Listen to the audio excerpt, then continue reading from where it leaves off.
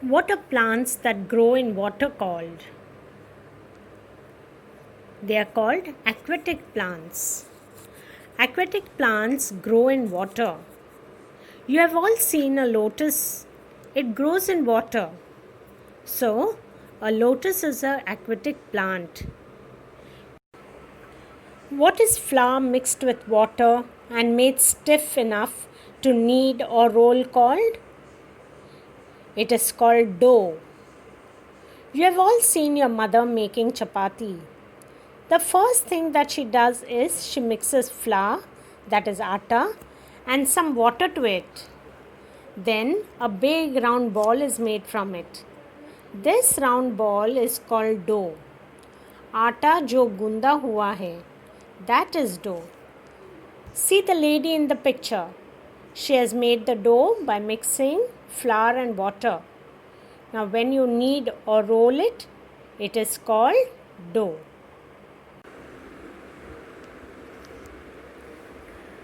What are eyes, ears, nose, skin, and tongue called?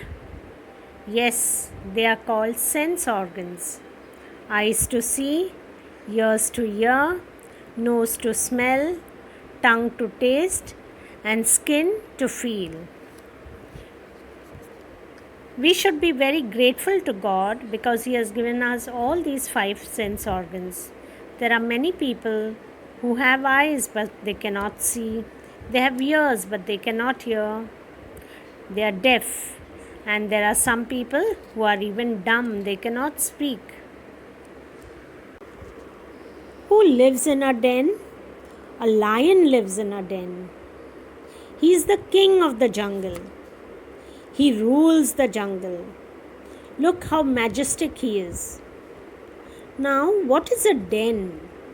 A den is a cavity or a hole in some rocks. We also call it a cave. Even if there were other animals living there, they move out when a lion comes to live there. Lions' children live with their pride. A family or a group of lions living together is called a pride. And lions live in a den. What are substances that dissolve in water called? Correct. They are called soluble substances. So, substances that dissolve completely in water are called soluble substances. Example, salt dissolves in water. Sugar dissolves in water. Now, children, Joy's teacher has done a number of experiments to show you how substances dissolve in water. I hope you have understood it. What is the pink part that holds our teeth together called? Yes, it is called the gums. They surround the teeth and hold the teeth firmly. We must see that we keep our mouth clean by rinsing our mouth after eating. This will stop bad breath that is caused by bacteria. We all must have clean and bright teeth, healthy gums, and fresh breath. What are holes formed in the teeth by eating plenty of chocolates called? Yes, they are called cavities. Cavities are holes formed in the teeth by eating plenty of chocolates, sipping too much of cold drinks, and snacking a lot, like eating kurkure, lays, etc. We must take good care of our teeth, children, to avoid cavities by brushing them every morning and every night before going to bed. If we have a cavity, it is very painful. You may even have to visit a dentist. So do take care of your teeth. Keep them white and bright always. What are flesh-eating animals called? They are called carnivores. In a forest or jungle, we have many wild animals. Not all wild animals are flesh-eating animals. Some eat plants. Example, the deer, zebra, giraffe, elephant, hippo. Some animals eat flesh.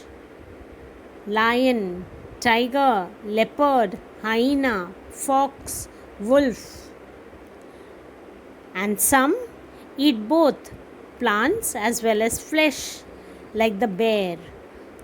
So, animals that eat flesh of other animals are called carnivores. Example I've already given, like the lion, the tiger, the hyena, the fox, the wolf, the leopard, the cheetah, and many, many more. What are man-made fibers like nylon, polyester called? They are called synthetic fibers. They are man-made fibers like rayon, nylon, polyester. They are petroleum-based materials. They don't shrink, they don't become small, and they dry very fast.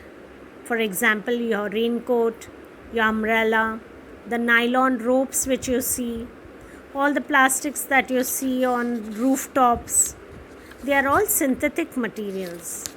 There are many natural fibers also, like cotton, wool, jute, which are got from nature.